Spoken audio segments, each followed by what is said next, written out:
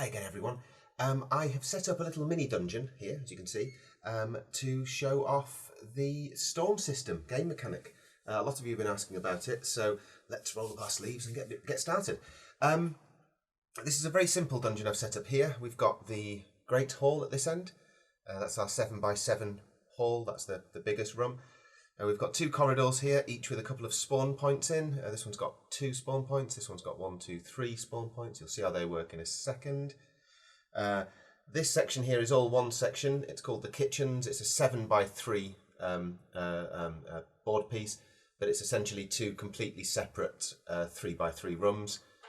They're not connected, as you can see, but we are connecting them for this. Our heroes for this are Erin Bloodborne. There's Erin. And that's our elven character, Erin Bloodborne. And here is Ragnar Agathorn. Is our Viking.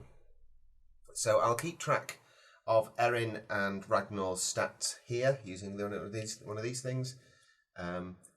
And as you can see, we've got health points on this side and action points on the other. Health points we're going to roll for right now for both characters.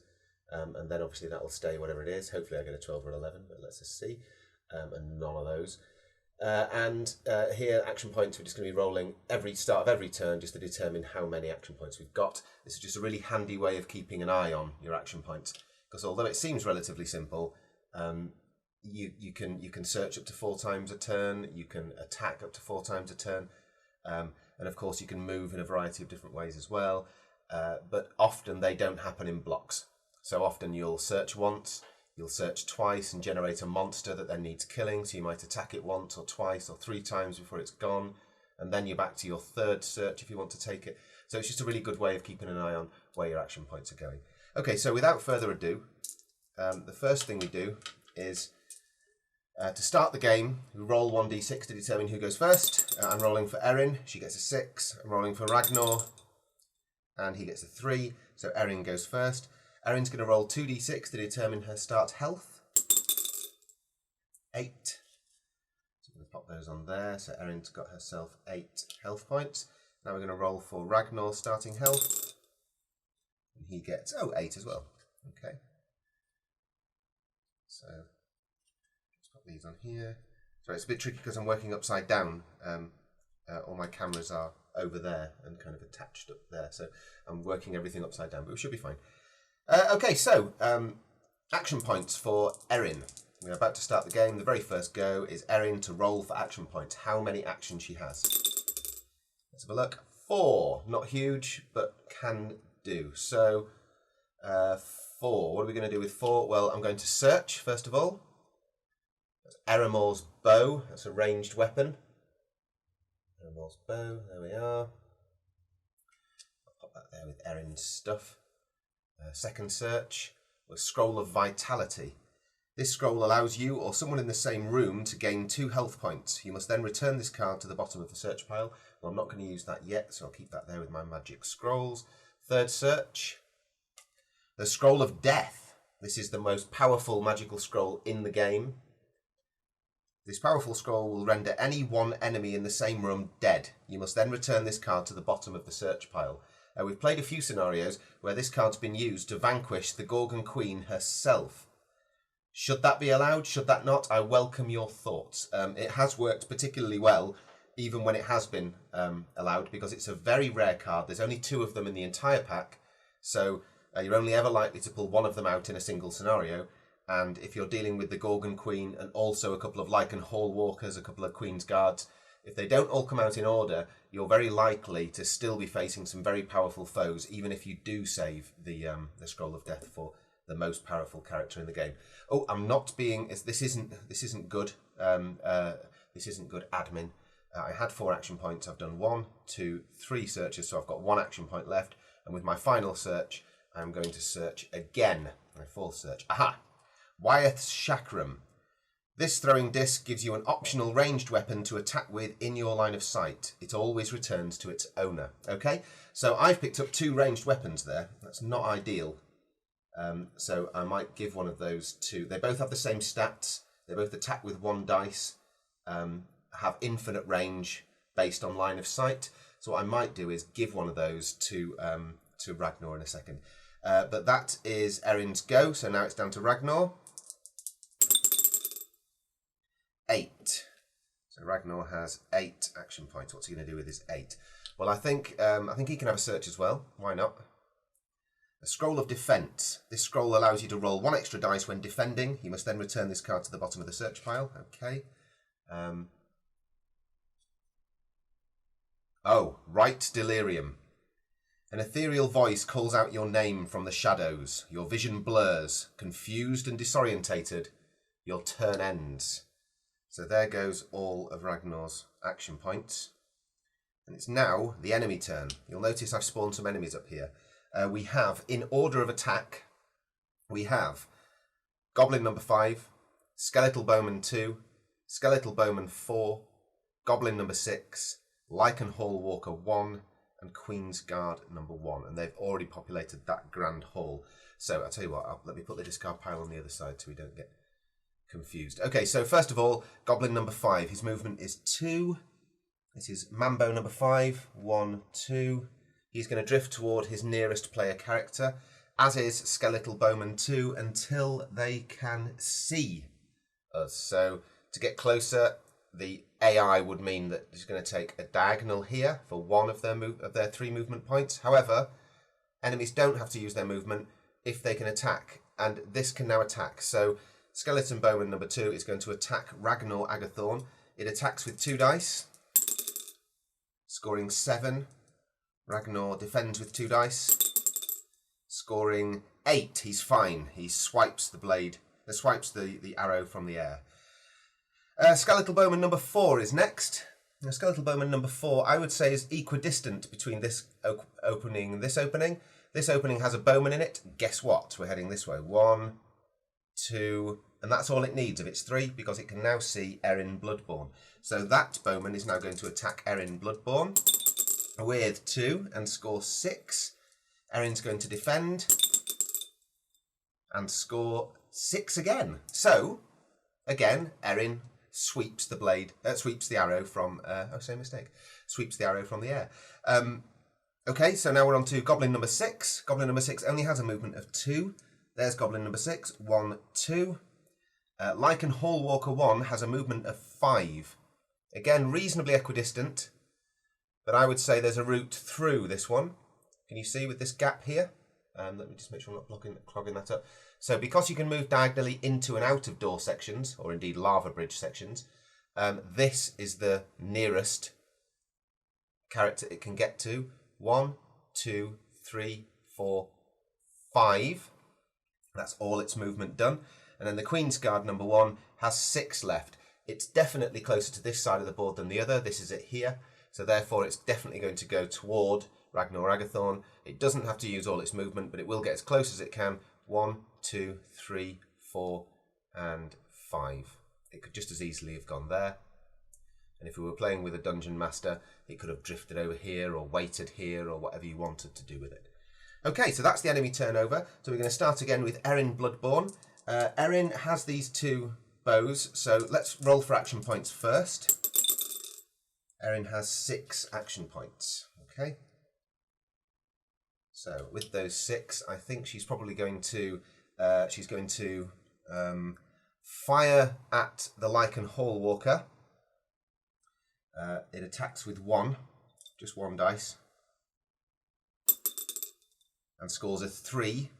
The Lichen Hall Walker defends with 3 dice. I think it's going to be fine, don't you? In fact, those in the know will realise that it's statistically impossible for it not to be, because the lowest you can roll with a single dice is 1, so the lowest it could have rolled with 3 dice is 3. So the Lichen Hall Walker is fine. That's 1 of Erin's attacks gone. She's down to 5 action points. So now she's going to go 1, 2, 3. So I'll take those off. 1, 2, 3. And then she's going to use 1 action point to pass Ragnar Eramor's bow. So Eramor's bow is going here. She has 1 action point remaining, and with that 1 action point, she's going to stand back on the lava bridge. Now, in the rules, you're not allowed to revisit a square you've already been on unless you're changing board sections. So you can leap up and down a lava bridge over and over if you want to, but what you can't do is run around on the spots in the same room. Okay, so that's Erin's go. So now it's down to Ragnar. He's rolling for action points. Oh, sorry, Erin. Go down to 0. And Ragnar has 10 action points. What are you going to do with them, Ragnar? Well, you now have a bow and you're in direct line of sight to a skeletal bowman. So I think the first thing you should do is attack that skeletal bowman. Of course, the very first thing you should do is mark those 10 on here, which I have. So let's go. We are attacking with 1 dice only. And Erimor's bow scores a big hard 6. The skeletal bowman number 2 is defending with 1 dice, so he can survive. And he does. He rolls a 6. So he survived the first attack. Down to 9 action points. So I'm going to attack again. This is his second allowed attack. Scores a 3. Skeletal bowman defends with a 1. Difference is 2. As you can see, the skeletal bowman only has 1. Oh, sorry, this is skeletal bowman number 2. Only has 1 health point, so it's dead. Off it goes. Its card goes to the bottom of the enemy pile. Everything moves up, and we remove its standee to go and live here. There we are. So that's 2 of your 10 action points used, Ragnar, and also 2 of your attacks. Now, I'd say Ragnar can see that goblin as well. So he's going to go ahead and keep using Erimor's bow for the 3rd attack. Score of 4.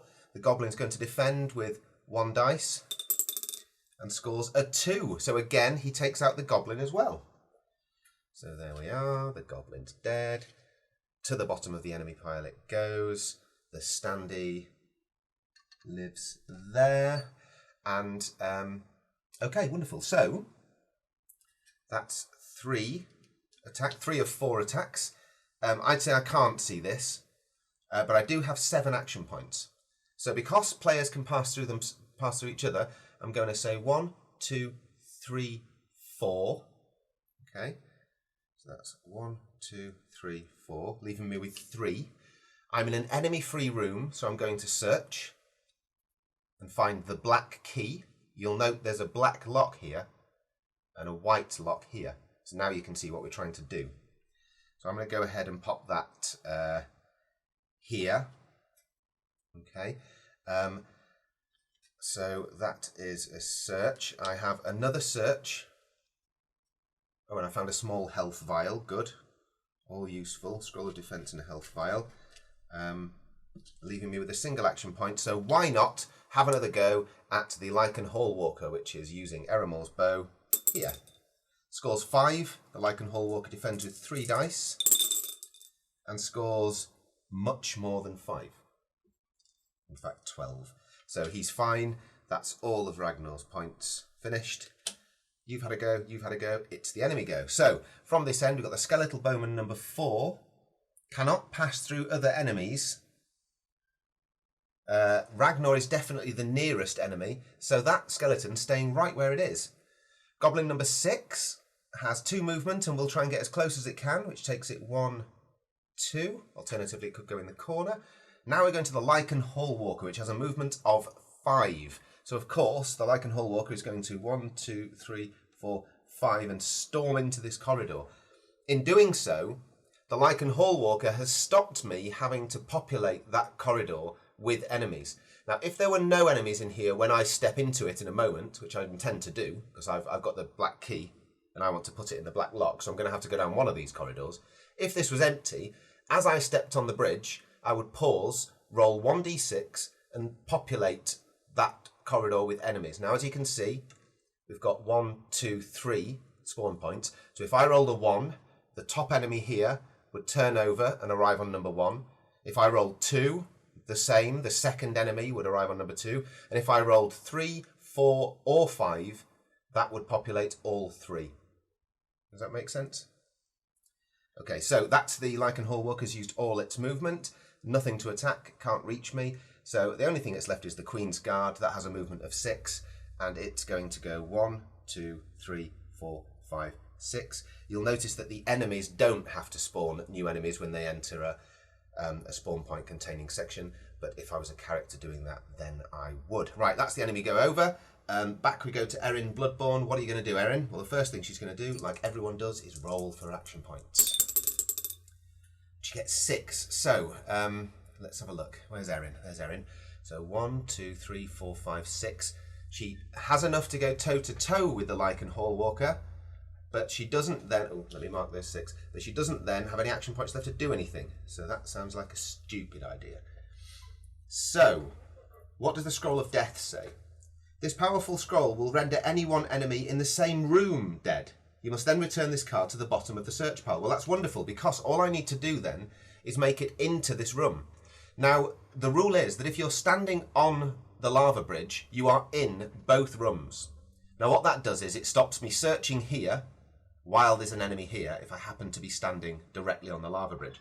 Of course, while there's an enemy in there, let me just roll through. Okay, so we've got 6, so we're going to do 1, 2, and pause on the lava bridge, okay? So 1, 2, that leaves me 4 action points. I now count as being in both rooms, therefore my effect can be in either of those rooms. I'm going to choose this room, obviously, and I'm going to use another action point, take me down to 3, to use the Scroll of Death and kill the Lycan Hallwalker. So just like that, one of the most powerful enemies in the game has been vanquished to the ether. Now don't forget that the Scroll of Death is one of the rarest cards you can find in the deck, so I was extremely lucky to have that opportunity. Now I'm in here, I don't need to repopulate it because I'm already in. I'm already standing in both of these rooms when I killed the Lycan Hallwalker. So I've got 3 action points remaining. There are no enemies in this section. There are no enemies in that section, so I can search again. So I'm going to go ahead and search. Aha! You discover an enemy. So although you're allowed 4 searches, lots of people will say, right, I'll search 4 times. Well, not necessarily, because now I've just spawned an enemy. That enemy's going to arrive toe-to-toe right in front of me, whoever it happens to be. So I've spawned an enemy. It cost me 1 action point to do so because it was a search, leaving me with 2 action points, so 2 attempts to kill it, essentially. And it is... oh, a harpy. It's quite hard. Okay. So harpy number 2 now arrives... let's move all the enemies down. So harpy number 2 now arrives here. It has 3 health points. Let me just hunt down harpy number 2 here. There's harpy number 2. So harpy number 2 is going to arrive literally right on my toes there. Let me just show you harpy number 2. There we are. Okay, so there she is. So harpy number 2 is going to arrive here. Now I have 2 attempts at destroying this, so I'm just going to have to go for it. So I'm going to attack the harpy with 2 dice. Oops, one's fallen out. I promise you it was a 4, and that's a 2. So that's 6. And the harpy defends with 2 and scores 8. So the first attack did nothing to the harpy. I have 1 action point remaining.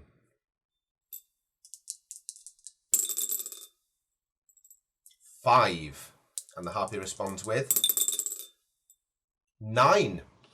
So, not only is the harpy unharmed, there is no gap between Erin and the harpy, meaning that the only way that Ragnar could attack that harpy on my behalf is to make it all the way around here and attack it from behind.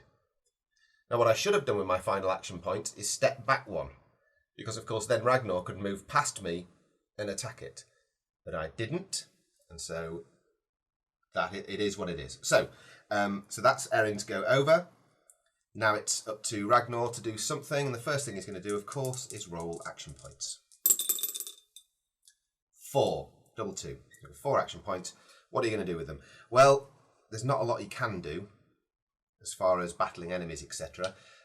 This guy is on his way, the Queen's Guard. His movement is 6. 1, 2, 3, 4, 5, 6. So the nearest he can get is the corner of that room on his next go, so that's nothing to worry about. If the harpy happens to kill Erin, because enemies only attack once per turn, I'm going to be fine for at least another turn. So while I'm here with 4, I'm going to attempt to search 4 times, but we know how that went last time for Erin.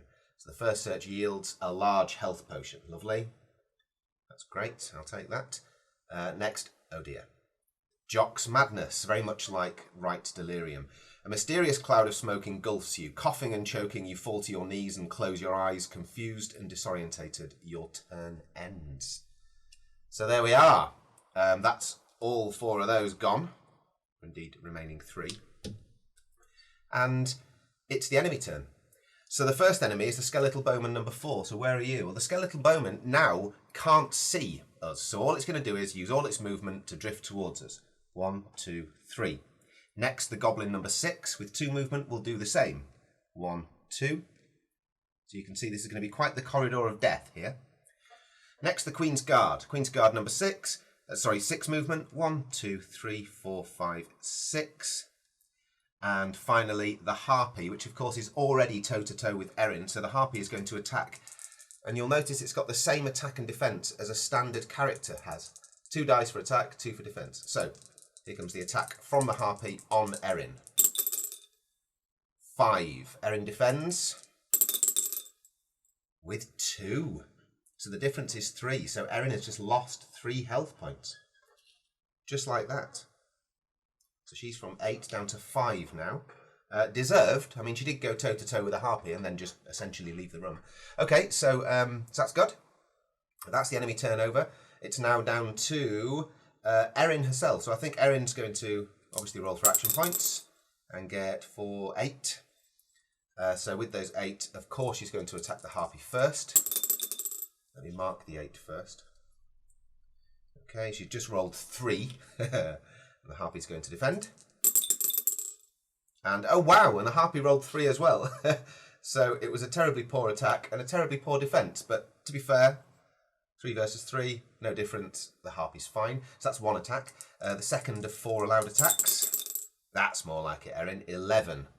And the Harpy's going to defend with 8. The difference is 3. The Harpy has 3 health points. 1, 2, 3. The Harpy has left the building.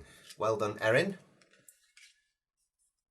Took some doing, but we got rid of it in the end. So there goes the Harpy. Okay, so she's had 2 attacks. She's had 2 attacks of the 8, leaving her with 6 action points. So what she's going to do, in actual fact, she's got 2 attacks left. This room isn't empty, so she's going to do this. 1, 2. Okay, taking her 6 down to 4. And she's got 2 attacks left, so she's going to try and attack the Queen's Guard a couple of times. Now, the Queen's Guard defends with 2 dice, although it attacks with 3, so we could do with killing it this go, really. So come on, Erin. 3. Where are these 3s coming from? Okay, so Erin attacks with 3. And, yes, and the Queen's Guard defends with 8, so that's plenty. So Erin's last attack, although she's got a couple of squares to run away, is 8. And the Queen's Guard defends with 8. Okay, so Erin's got no more attacks left. She's not in an empty room, so she can't search. She's got 2 action points remaining. She's got enemies up this corridor, and that's a Skeletal Bowman, so I think she's going to cower behind Ragnar Agathorn. And that is the end of her go. Ragnar's turn. Here we go. 6. 1, 2, 3, 4, 5, 6. Can't get near enough there. Does have a ranged weapon for the bow. Also 1, 2. Yeah, I think Ragnar's going to go 1, 2. Sorry, so we mark the 6 first. Okay, so there's 6 action points for Ragnar. We're going to 1, 2 for the movement. 4 remaining. And he's going to attack the Queen's Guard. Scores a 3 again. Okay, so the first attack is 3. The Queen's Guard defends with plenty. 8. So you're down to 3 action points and 3 attacks left. The next attack is another 3. Okay, and the Queen's Guard defends with 11. I mean, looking at the character, it doesn't seem out of character to defend, so voraciously. Here we have 8 for the third attack. That's a little bit better. And the Queen's Guard defends with 7. So the difference is 1. Remove 1 health point. Ragnar has 1 action point and 1 attack left. So that's what he's going to do. Oops. I'll have to roll that one again. It fell into my lap. That's, okay, 7. And the Queen's Guard defends with 4. Okay, so the difference is 3. He's only got 2 health left, so the Queen's Guard is out of the building too. Fantastic.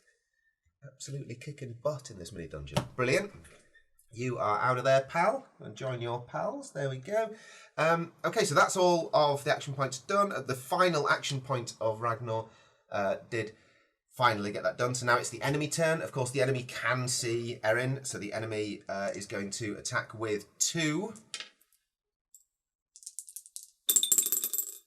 and score 7. Erin is going to defend with 4. So again, the difference is 3. So Erin's been knocked right down to 2 health points. Okay. The goblin isn't going to move at all because it's stuck behind the skeletal bowman in a corridor. Those strategists among you might want to use that during your longer campaigns. So that's it. That's the end of the enemy turn. Back we go to Erin. So Erin is going to roll for action points. The score's 11. That's more like it, Erin. 11. Right. So with those 11, I think she can go piling up here. 1, 2, 3, 4, 5, 6, 7, 8, 9, 10. 10 will put her toe-to-toe with the skeletal bowman. The skeletal bowman only defends with 1 die, so there's a good chance of killing it. So I'm going to use, she's going to use her last action point to attack the skeletal bowman and scores 5. So the bowman can actually survive if it throws a 5 or a 6 with its single dice. Let's see. And it scores a 5. So it does survive. And again, Erin finds herself blocking any possible helpful defense attack from Ragnar, but I know what Ragnar's going to want to do now, so we're going to roll for action points. We get 7. Let's mark them off. 7 action points. Okay. Well, Ragnar does not want to come this way because the moment he stands here, we're going to have to populate these 2 spawn points with enemies. So he's going to go this way. He's going to go the same way. So 7. He's going to go 1. And then he's going to have a search and hopefully not find an enemy. Oh, a spider bite. You trigger a trap. Roll 1d6 to determine your fate. 1, 2 or 3 unharmed. 4, 5 or 6 lose a health point. Now I don't have a scroll of immunity because I could use that to reverse the effects of a triggered trap. So I'm just going to have to go for it. So that's the spider bite. We're looking for 1, 2 or 3 unharmed. And he rolls a 6. So, unfortunately, he loses a health point. So, 8 becomes 7. Okay, don't think I put that down, did I? So, we're down to 5 action points now. But that was his first search. So, he is going to search again. An enemy.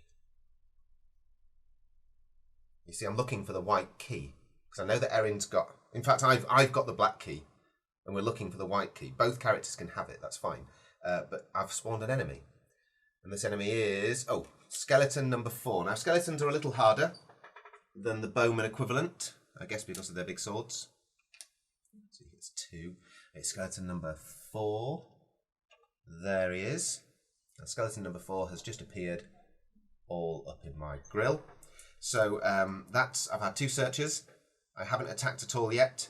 So I'm going to pop that down to 4. That was my last search. So now I'm going to attack the skeleton. Wow, that's awesome. 11.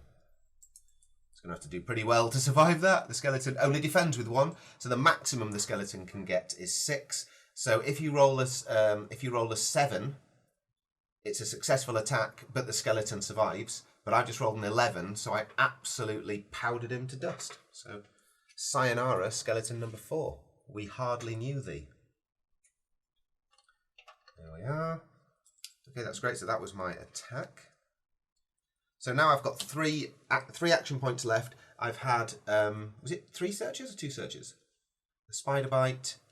That's right, a spider bite, an enemy. So I've had 2 searches. So I've got two possible searches left. So let's try the white key. Awesome. Okay, lovely. So we've got both keys for the win condition now. That's great. I have 1 search remaining. Should I take it, or should I just use those 2 action points to get a little clue? I'm going to use them to do this. 1, 2. So now we are racing for the finish. Okay, enemy's turn now. It's going to be the skeletal bowman attacking. It's going to attack with 2 dice. And of course it's attacking Erin, because Erin's right in front of it. And it scores 6. Erin defends with 7. So narrowly escaped, but that's fine. Goblin can't do anything because it's blocked in. Back to Erin. So Erin's going to roll for action points and score 9. Okay, so obviously of those 9, we're going to start off with a few attacks, but let's just pop them on there so we know what we've got. 9. First attack on the skeletal bowman, 5. Skeletal bowman defends with 1 dice and scores 1. So the skeletal bowman is out of there. Lovely. There we are. Skeletal bowman, sayonara. Okay. Let me put that down to 8. That's the attack. I'll move it down to 7 to get 1 square closer. And then I will attack the goblin. I'm attacking the goblin with 6. So even though the goblin only defends with 1 dice, it can survive. Come on, goblin number 6. No, gets a 2. So the goblin's out of there. We are officially in an enemy-free dungeon for now. That was that attack. So I've got 6 left. So what I'm going to do is, so I've popped him back in his grave, is I'm going to use 1, 2 to move into the Grand Hall, leaving me with 4 action points. And I'm going to populate this now with enemies. You can see it has 1, 2, 3, 4, 5, 6 spawn points. So I'm going to roll a single d6 to determine how many and where they spawn. And I've rolled a 3. And it's as simple as this. 1, 2, oh God, 3. So the first enemy is harpy number 4. So harpy number 4 goes on spawn point number 1. Let's give harpy number 4 its 3 health points. The second enemy I spawned was Lichen Hallwalker number 2. A scary fellow indeed, and he's spawning scarily close to me. So he gets 5 health points.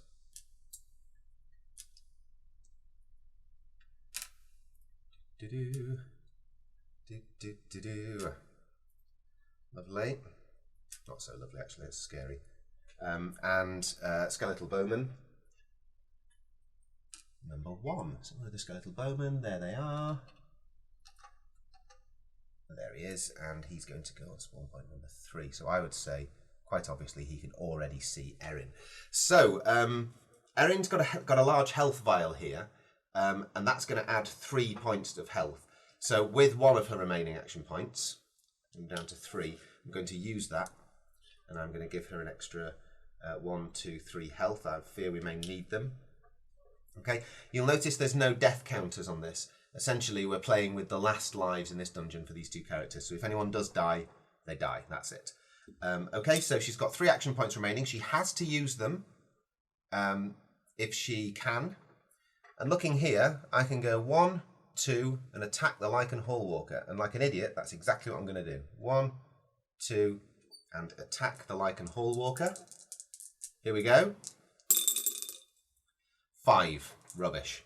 Lichen Hallwalker defends with 3 and easily defends it with 9. Okay, so that's Erin's go. Now it's time for Ragnar Agathorn to roll for his action points, and he gets 10.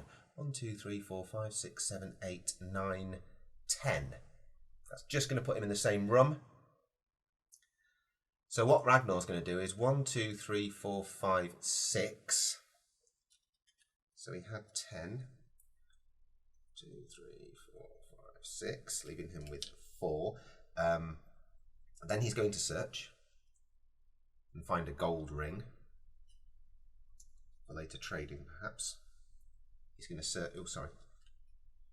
Got 3 left. He's going to search again and find Bilton's brew. That's essentially a health potion.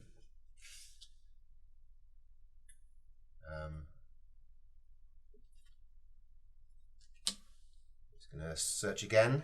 Oh no. You trigger a trap. This trap is the swinging blade trap. Same as before, roll 1d6 to determine your fate. 1, 2 or 3, you're unharmed. 3, 4 or 5, you lose a health point. 3, hooray. Okay, so I'm unharmed. I managed to duck it. Good stuff. So I believe I have 1 search remaining, and that's precisely what I'll do. And that search is the golden brooch. Wonderful. So that's a 50 gold piece worth of shiny, shiny brooch that will help you in dungeon number 2. Should you be so lucky to make it there. Right, so that's the end of that. Now it's the bad guy's turn. So we've got the harpy. It moves 5. I would say Erin is definitely its closest character. 1, 2, 3, 4 is all it's going to need. And it's going to attack Erin diagonally. There's no penalty for diagonal attacks. So she's going to go ahead and attack full power. 2 dice. She attacks Erin. And scores 8. Erin defends. And scores 7. Okay, so it's definitely taken its toll on poor Erin. Right, after that comes the Lycan Hallwalker. The Lycan Hallwalker is going to attack Erin, obviously, right next to Erin, with 3 dice this time. Oh, she's quite lucky. 4, 5, 6, 7. So she's going to defend with 2 dice. And scores 12, the hard 12. There it is, the rare hard 12. Ta-da! So she's absolutely fine and unharmed, which I'm sure she's very happy about. However, because this cowardly Viking here held back and sort of hiding around this corner, this bowman can only see Erin. So Erin's going to take yet another attack from a skeletal bowman who scores, oh God, 11. 11. This could be the end for Erin here. Oh dear. Erin, it's good knowing you. Erin scores. Oh, another 12! Another 12, look at that! Oh, the dice don't lie. Look at that, that's awesome. Okay, so she survives. She survives a hell of an onslaught. Well done, Erin. Oh, you legend. Okay, so that's the monster turn done. Sorry, I just forgot to put these back to 0. That's the monster turn done. So now we're back to Erin. So what is Erin going to do? Well, I think what Erin ought to do, obviously, let's find out what she can do. Rolling for action points, and she's rolled 8. That's wonderful. Okay, so she's got 8 action points. There's 8 action points. And the first thing she's going to do is use the Scroll of Vitality. This scroll allows you or someone in the same room to gain 2 health points. You must then return this card to the bottom of the search pile. You or someone in the same room, well, it's going to be me as Erin. So action points go down 1, and her health goes up by 2. So she's on 6 health now, after surviving a hell of an onslaught there. Very proud of her. Okay, so she's got 7 action points remaining. I think she has to have a go at the Lycan Hallwalker because it's there. Oops. Dropped another one. That's a 1 and a 5, a 6. Lycan Hallwalker defends with 3 and gets much more than 6. A 12, in fact. Okay, so that's the first attack gone. She's got 3 attacks remaining, so yes, she's going to attack the Hallwalker again. This time with 7. The Hallwalker defends successfully with 8. So second attack. She's going to attack again, Lycan Hallwalker. This time with 11. That's more like it, Erin. And the Hallwalker defends with, there's a 4 there and a 12 there. Oh no. So it successfully defended again, even though it was a really good throw. So 1 attack remaining. 11 again. Do you see? 11. Fantastic. Okay, so Lycan Hallwalker defends. Put that down. With, oh, it's done it again. 12. Okay, so that's all of her attacks. So we've got 3 movement left, and we're going to go 1, 2, 3 and run away. And that is Erin's go. Now it's Ragnar's go, so we're going to roll for action points, and he gets 10. 10 action points, okay? 10 action points. So what are you going to do, Ragnar? Well, the first thing you're going to do is 1, 2, 3, 4. You don't need to repopulate the room because there's enemies in it now. 5, 6, 7, 8. So he's got 2 action points remaining. In fact, instead of 7, 8, we're going to go 7, 8. Okay. he's got 2 action points remaining. He's going to place the white key. Oops. He's going to place the white key in the white lock, fulfilling half of the win condition for this dungeon. And with his last action point, he's going to attack this skeletal bowman, who defends with 1d6 and has 1 health point. So if I get 7 or more with these 2 dice, he's dead. And I got 5. So he can survive. He's going to roll 1d6 and get 6. He survives. Okay, so that's your action points down to 0. It's now the enemy turn. And interestingly, the harpy is 1-2 squares away from Ragnar, or 1-2-3 squares away from Erin. So the harpy is going to do 1-2 and attack Ragnar. Going to attack with 2 dice and score 8. Ragnar's going to defend. He has a scroll of defense, actually. Doesn't cost action points to use, and it gives you an extra dice in defense, but I'm not going to use it this time. So I'm defending against an 8 and scores an 8. Brilliant. There we are. So he's fine. That's good. So that's the harpy. Here comes the Lycan Hall Walker. Now, a Lycan Hall Walker to get to Ragnar would be 1, 2, 3 for an attack, or 1, 2, 3 and for an attack. So he's going to attack Erin. 1, 2, 3 for an attack. There we are. So here comes the Lycan Hall Walker. He attacks with 3 dice. And his attack is very weak indeed. 5, less than a single dice max. So I'm reasonably confident Erin's going to be fine. She defends with 2. And she does indeed defend and get 8. So that's wonderful. So the only thing left is the skeletal bowman. Although, okay, if the Lycan Hall Walker wasn't there, I'd argue that you probably could see Erin, but it's right next to Ragnar, so that too it's going to attack. It attacks with 2 dice and scores 8. Ragnar defends with, you've got to be a little bit careful here. I've only got 7 health, but no, that's fine. Attacking with 8. Oops, that's a 1, and that's a 6. See, that is a 1. So that's 7, so Ragnar loses 1 health point. So the 7 becomes a 6. But we're okay. So that's the enemy turn. Back we go to Erin. So Erin's going to roll for action points. Oops, that's a 1, that's a 6. So that's 7 action points. I'll just mark those up. Okay, so first thing she's going to do, obviously, is attack the Lycan Hall Walker. And attacks with 8. The Hall Walker defends with 11. 1 attack. Second attack, Lycan Hall Walker. 10. Lycan Hall Walker defends with 14. Third attack, Lycan Hall Walker. 4. I have a feeling the Lycan Hall Walker is going to be fine. And indeed, it's very fine. 12. And final attack, Lycan Hall Walker. 4, again, rubbish. And the Lycan Hall Walker defends with 8, so it's fine. 3 squares left, got to use them, can't go through the Lycan Hall Walker. It's standing on the lava bridge, which means it's in both rooms, so I can't search here. So the only thing I can do with 3 action points is 1, 2, 3, which realistically, when faced with a Lycan Hall Walker, I think I'd probably do as well. Back to 0. Now it's down to Ragnar Agathorn. Now Ragnar Agathorn has a chance here of completing the win condition for the dungeon. He's put the white key in, he's sitting on the black key, so he wouldn't necessarily risk combat. So let's just see how many action points he gets. So I'm going to roll 2d6, and he gets 10, which is plenty to finish the dungeon.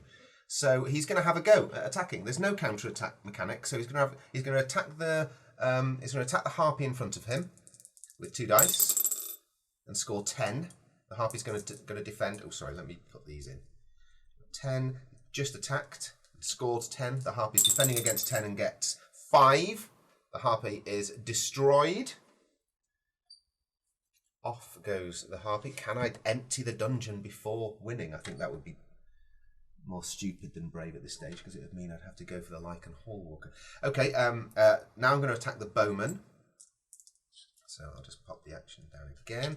Attacking the bowman with 2. That's 9. The bowman only defends with 1 dice, a maximum of 6. So the bowman, instant kill again. Off goes the bowman, off to the ether.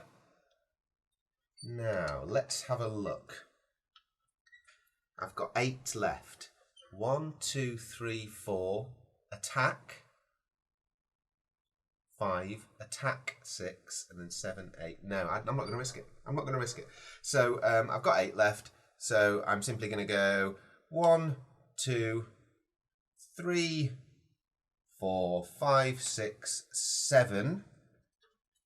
Leaving me with a single action point. And then with the 8th, I'm going to place the black key into the black lock, thereby completing this little mini dungeon. Well, I hope you liked that and enjoyed that, ladies and gentlemen. We've had giving and taking at the start with a bit of trading. We've had use of scrolls and ranged weapons and health vials. Give, take, use, fight, search and move. Well, I mean, we've searched for both keys and found them. We've fought our way through many hordes. And although it's not looking good for Erin, who's stuck behind a corridor behind a Lycan Hall Walker, the win condition for this particular dungeon isn't that it's a totally empty dungeon. So that's it. It's all over. The characters are victorious and will move their way on to the next level of the dungeon if indeed you so choose to have that as your house rules. So we'll leave the video at that. I hope you enjoyed it. And yeah, that's this one's dedicated to my friend Grant. Everyone knows him as Cow, who specifically asked about the storm system and how it works, and kind of would be very interested in seeing it working. So I hope that was cool for you, buddy. I hope that's opened everyone's eyes to how the mechanic itself works and how much fun it could be in a big dungeon, like, for example, the 6 big dungeons that the Gorgon's Loch is going to be released with. The at least 6 dungeons, of course. Those who have visited my previous Kickstarters will know I am the global upgrade king. So let's see what we can do for you guys as the project progresses.